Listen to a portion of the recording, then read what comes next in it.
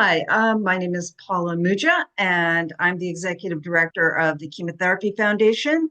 I'm really excited today because we are launching our We Speak Cancer podcast series, and I'm starting with one of my favorite people, Christina Snylyk. I wanted to describe the intention behind We Speak Cancer, and that's basically to capture the stories, the cancer patient journey. The Chemotherapy Foundation has been leading research for the past 57 years. We provide the seed funding for research at major medical institutions in the tri-state area. And with that, I am going to introduce Christina.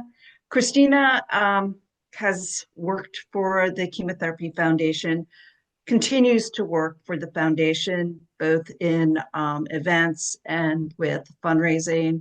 But about 3 years ago, Christina was diagnosed with stage 4 metastatic breast cancer. And, it has been the journey.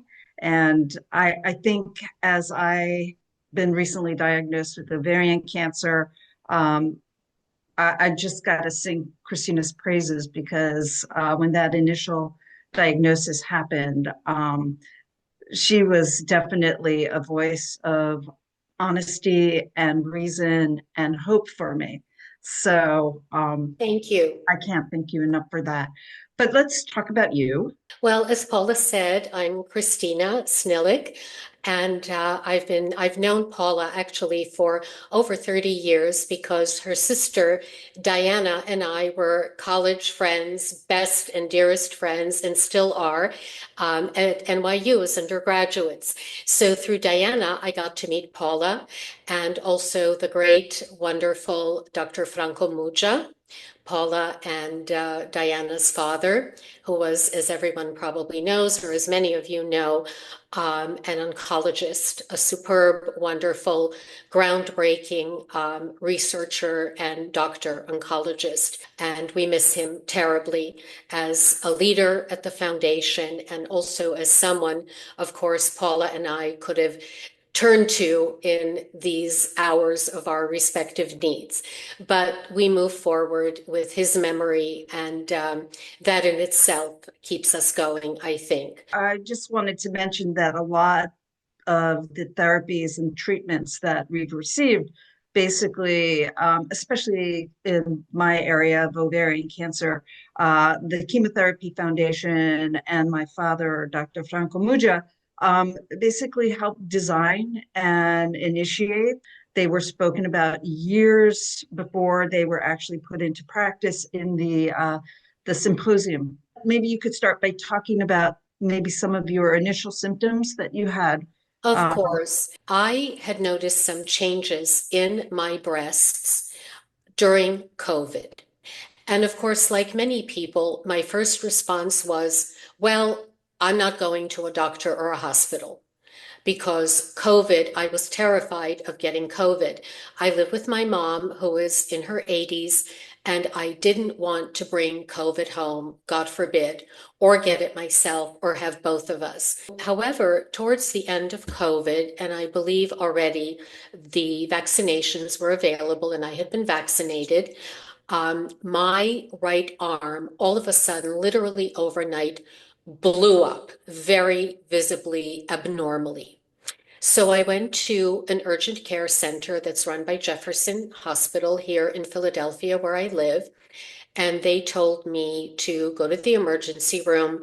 And from there, they told me to get a mammogram. And to make a very long story short, I was very dissatisfied with my experience at the first cancer center I went to. So I immediately called Paula, who then was very, very supportive, amazingly supportive and kind. And she got in touch with the wonderful, wonderful Dr. Larry Norton, who is, of course, on the medical advisory board of the foundation and head of MSK's Breast Cancer Center. And he got back to me within hours and said, "What's going on? How can I help you?" This is how wonderful this extremely prominent, important man is, that he had the time to get back to me the same day and say, "What can I do to help you?" The class act It's for sure. amazing. It is amazing.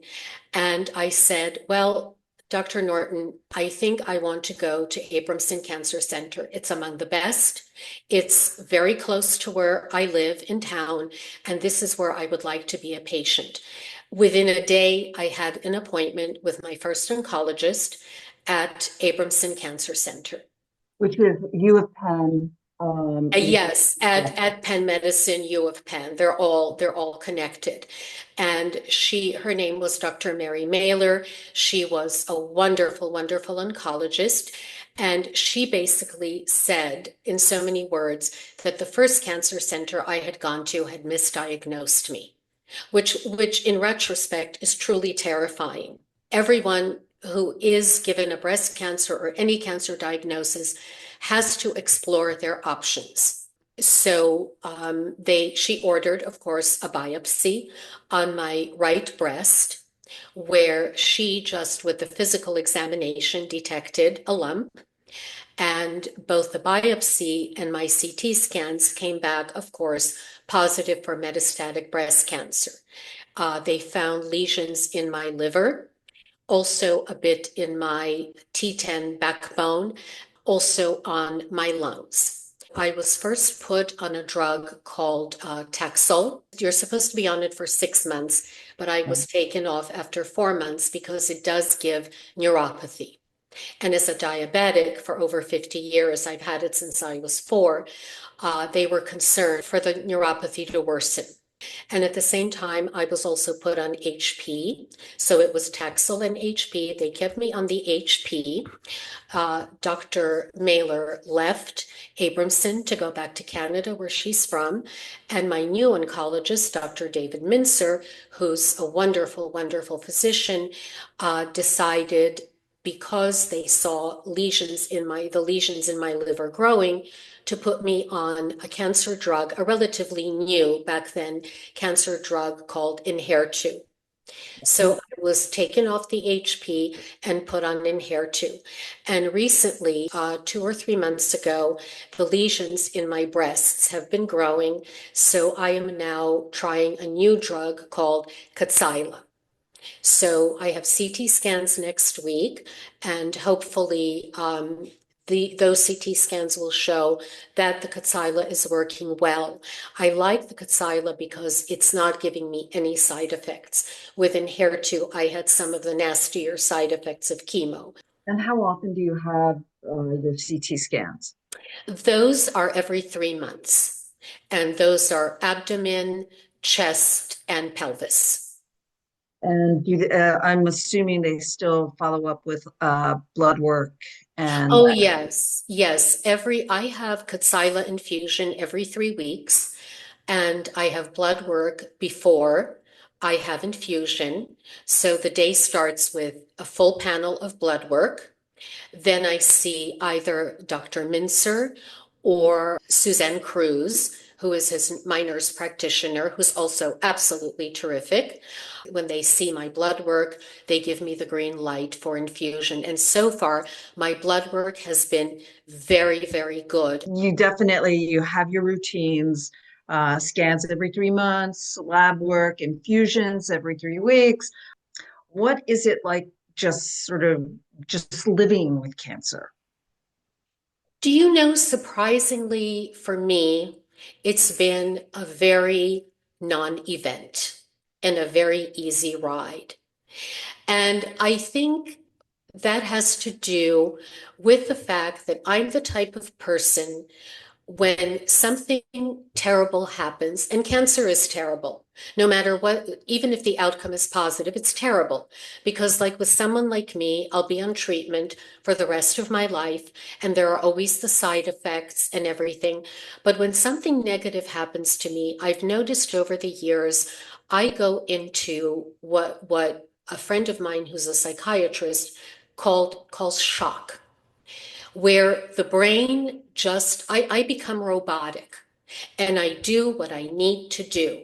I become very clear-headed, very unfeeling about the situation at hand, and I move through doing whatever it is I have to do to survive and keep myself physically and mentally healthy.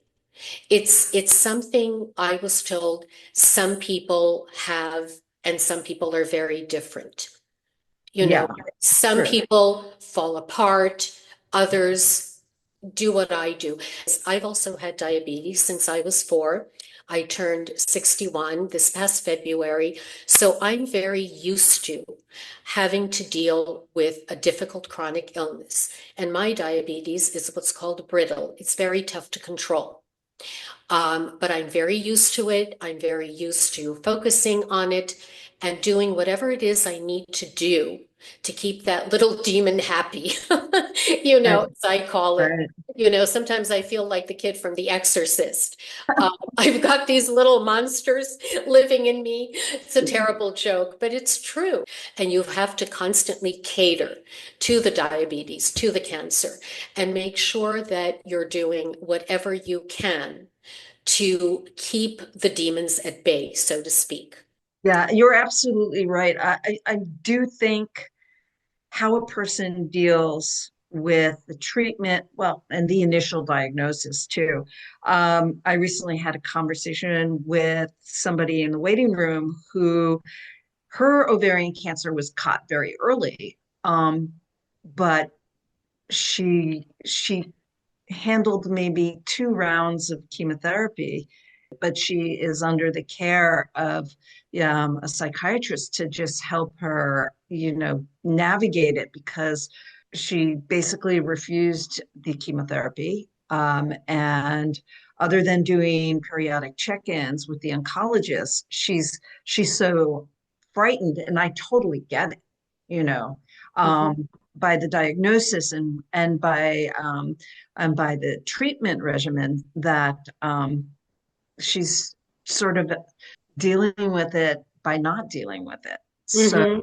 Mhm. and that just shows you that a lot of what a cancer patient's journey will be like is very much based on their attitudes and Yes. where they are mentally at the time of a diagnosis. Now, I wanted to ask because you mentioned you live with your mother. I mean, how did your mother deal with it? Because sometimes, as the patient, you deal with it. This is because you have no choice.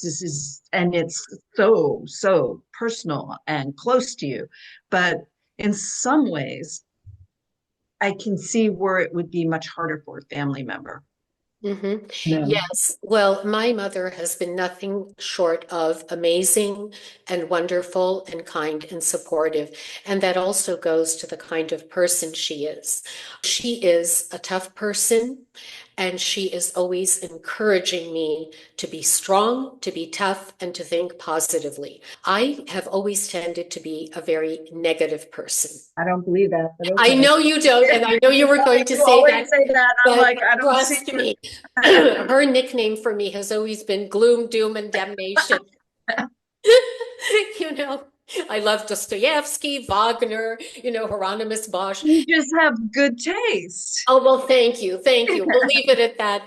But it's true. I have always been very negative, but at the same time, when I'm dealing with bad things, something in me snaps and I become, like I said, very robotic, but also I have this attitude, you're not going to beat me. Whatever you are, whoever you are, I'm going to fight and I'm going to go down burning if I have to. I'm not going to give up.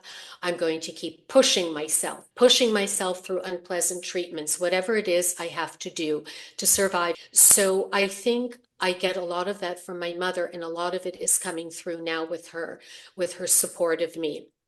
That's When I great. was initially going to chemo for my first sessions of Taxol, which, as we know, is a very toxic, dangerous It really is. drug. It's a really nasty one. She was there with me. Mhm. When I started Kadcyla, she went to the first infusion with me, just in case I had a bad reaction. Same with unheard. So she's an Mom is great. she is. She's an amazing lady. You've met her, you know, She's a and force of nature. Yeah. she is well, like your mother. Your mother is also Yeah. amazing, you Yeah. know, and They're both warriors. they Yeah. are warriors. I wanted to ask you just quickly, are you currently part of any clinical trials? Well, that's a very good question because I had asked Dr. Larry Norton for a referral about a year ago, for an oncologist at Abramson, and he mentioned Dr. Payal Shah, who did her fellowship at MSK with Dr. Norton, and she has a trial drug that if the Kadcyla or other things don't work for me, she would like me to try. I cannot tell you the name because it's a complicated combination of Okay. letters and numbers. But this is something she has suggested, and I've already spoken to the clinical nurse who's in charge of that trial. And of course, Dr. Shaw and a group of other doctors at Abramson, oncologists, are part of that trial drug. So, we'll see. We'll see what happens. But it sounds like there are, if the Casila doesn't work, there are alternatives, which is Yes, always good to know that you yes. have access to that.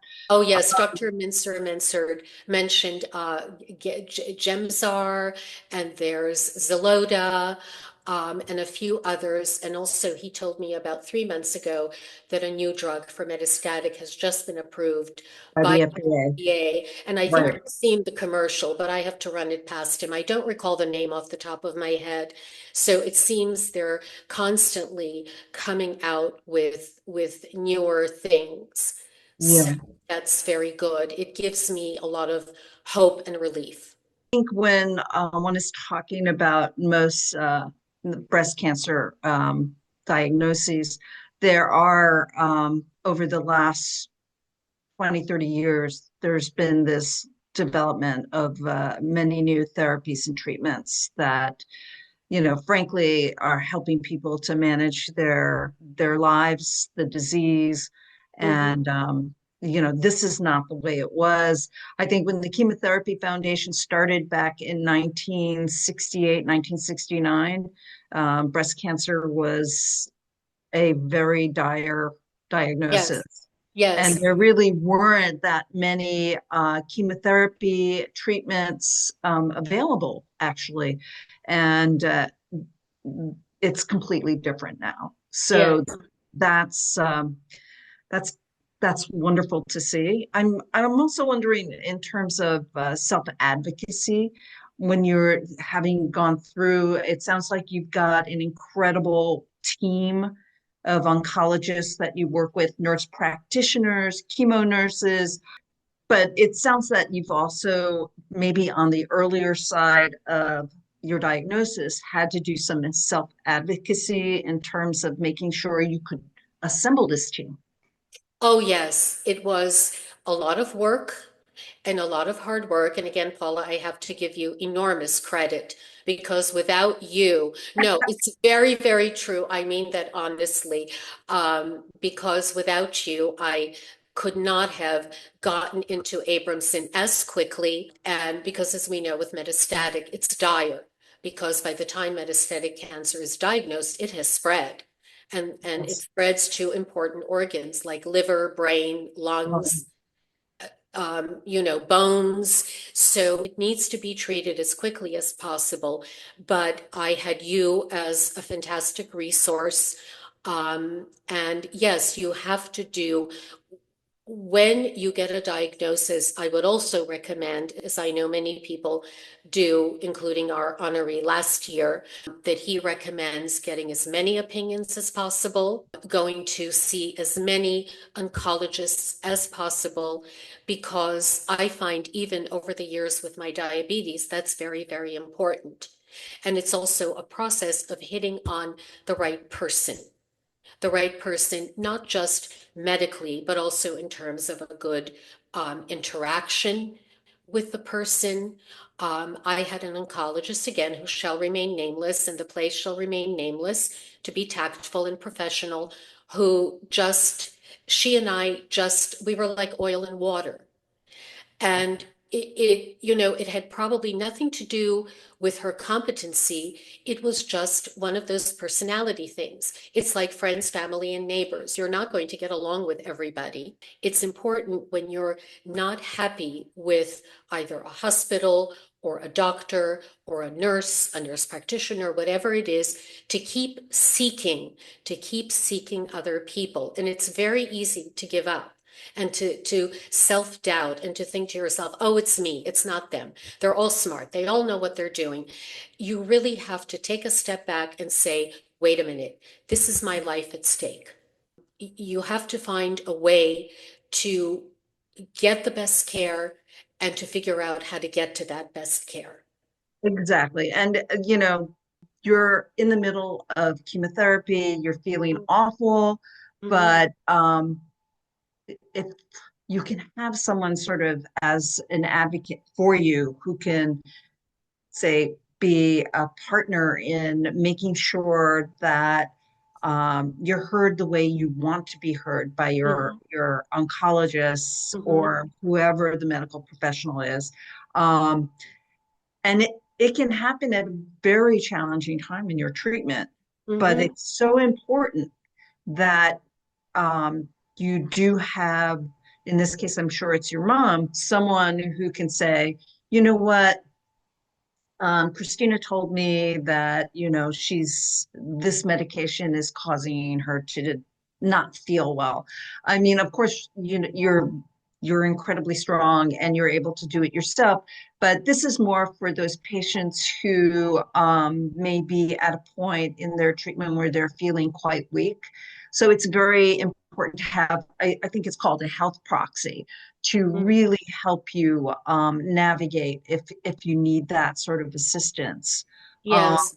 And I will say, to interrupt you, Paula, in my experience, not necessarily for navigating that aspect of the system, but other aspects of the system, Definitely. that please take advantage. I would encourage people with cancer to take advantage of the social workers at at the cancer institution. Mine, Jennifer, is absolutely wonderful, and she really has helped me again in ways that I won't go into right now, but definitely go to the social workers. They're wonderful, wonderful people, very kind, and to my astonishment, very, very knowledgeable. I had never had to use a social worker for any reason, but I found them to be very, very good, very helpful, and they really have their fingers on the pulse. They do, because sometimes if you need help at home, they can help arrange for that. Or Exactly. you need out because it's going to be some time before you're able to go ahead and work. All those kind of things is where the social worker can be very helpful and Yes, very they powerful. know their resources. I also want to talk about self-education. Like, Mhm. do you feel, and I think I know the answer to this, but I just like to hear it from you. Do you feel that you know way more about this disease than you did, say, as someone who may have heard of a friend having breast cancer but didn't quite experience it yourself? Um, and also, how much research have you done about your own disease? Mhm. I know phenomenally more about breast cancer in general, not just metastatic, because I'm also a curious person. I like Yeah. to know things. So I know universes more than I did. I knew almost next to nothing about breast cancer, even though, for example, two of my neighbors in recent history had breast cancer, which was caught in stage one, and one neighbor had a mastectomy. So I knew bits and pieces like that, but not much else. And yes, I tend to do a lot of research. The minute a new drug is suggested to me or a new chemotherapy, I'm immediately Googling it, reading about it, looking at the symptoms, or if, let's say, I'm given, like I was given Kadcyla, and I noticed all of a sudden super dry mouth. Well, the first thing I do is I Google to see if that's a side effect, or is it something from my dental work, or is it something having to do with diabetes? So yes, I am very, very frequently looking at the various researching the various things online about the drugs. That's great. I want to tell people who are tuning into this podcast that if they'd like to learn more about the breast cancer research that the foundation is currently involved in, they should check out the website and look under research. And we have at least two or three studies going on right now, one in triple negative breast cancer and two that are focusing on developing treatments from very different positions. So I know you mentioned mastectomy, and I know that tends to be part of the process in treating someone with breast cancer, but you have not had surgery. Mhm. That's correct. From what I understand, mastectomies, let's say a double mastectomy of both breasts, is not always, or it's not, there's a debate, let me put it that way. There's a debate about whether mastectomies work for people with, well, men can have it too, people with metastatic breast cancer, because so far it has not been proven beyond a shadow of a doubt that someone like me having a mastectomy will prevent the cancer from continuing to grow and spread. In other words, my lesions in my breasts the past few months have been growing, even though I was on unheard, which is a very good drug, and my liver, bones, and everything else are fine and healthy, quote unquote. Um, they could go ahead and do the mastectomy, but all of a sudden the lesions in the liver, in the back, can start growing and can start growing in my bones or in my brain.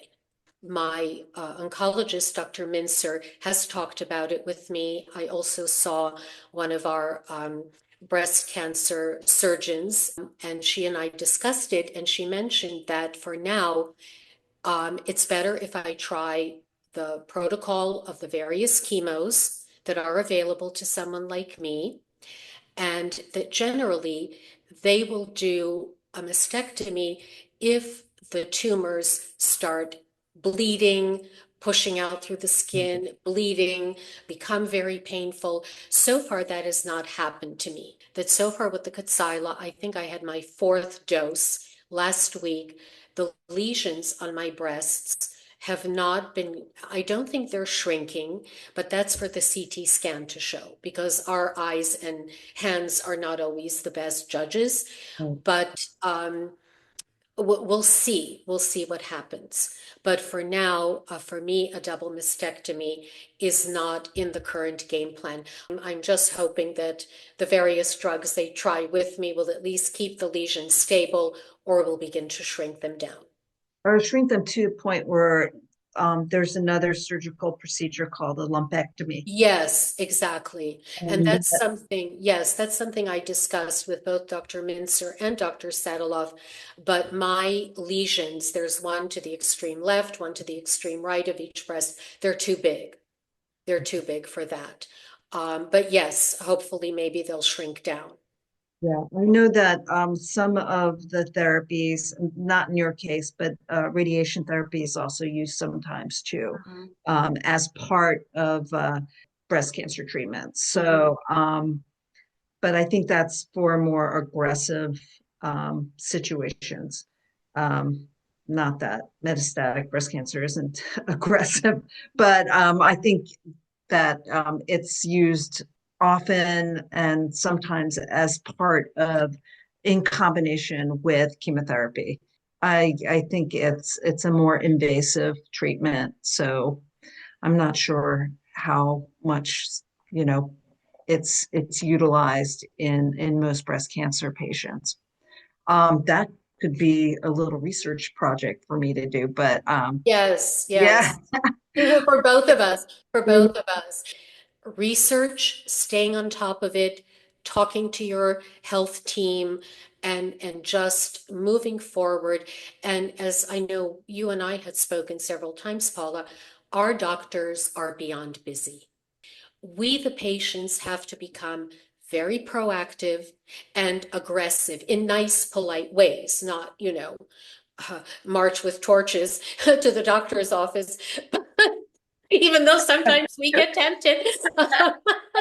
That I just had this great visual, but yes, yeah, Yeah, yes, we have to be very, very proactive. It's like a job. I've learned to compare it really to a job.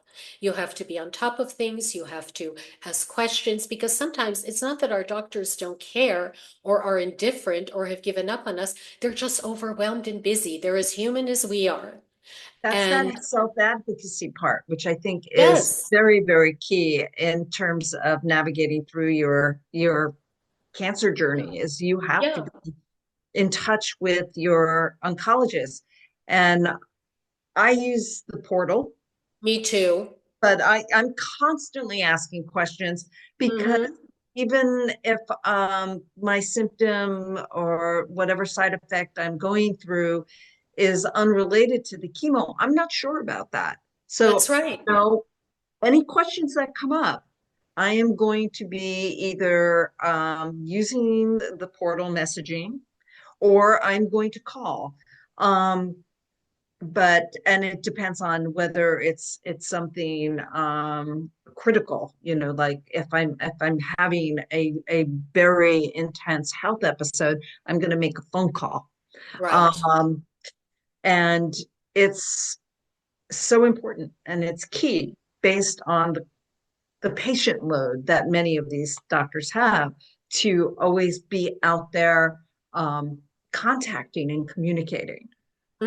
Yes. Oh my goodness. I think you're a wealth of information, and you're so positive, and you are fighting the fight, and yet having this attitude you know of being really positive and fighting, and just and yet understanding, you know what your diagnosis is, the seriousness of it, but without losing sight of what's truly important.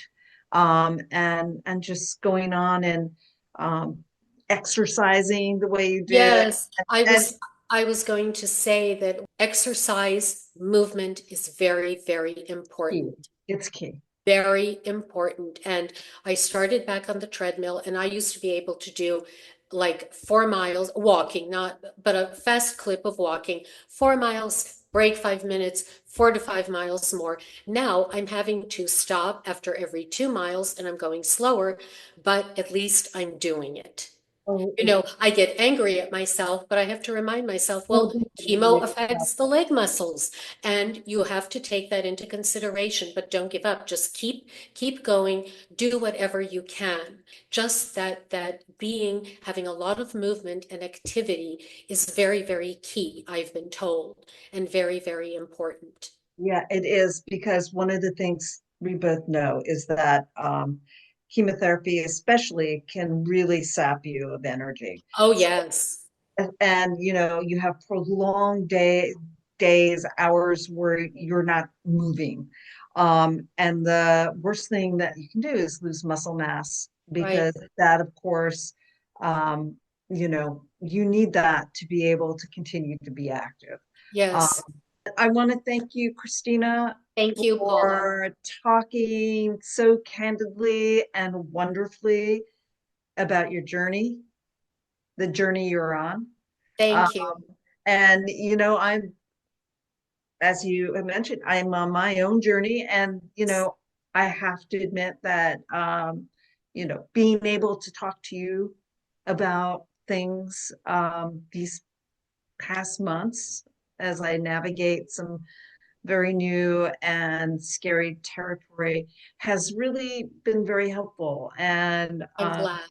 that's what we're trying to do with these podcasts. We want people to understand that there are individuals like ourselves who Mhm. completely understand what they're going through. Yes. And that in some degree, yes, we are a research-based organization, the Chemotherapy Foundation, but we're also, a very patient-centric organization as well. I think that's why this organization is so special. And there are special people affiliated with it, just, like you, Christina. And Thank you. I can't thank you enough. This has been a wonderful conversation. Yes, And it has. we're going to have to do a part two. Yes, absolutely. Absolutely.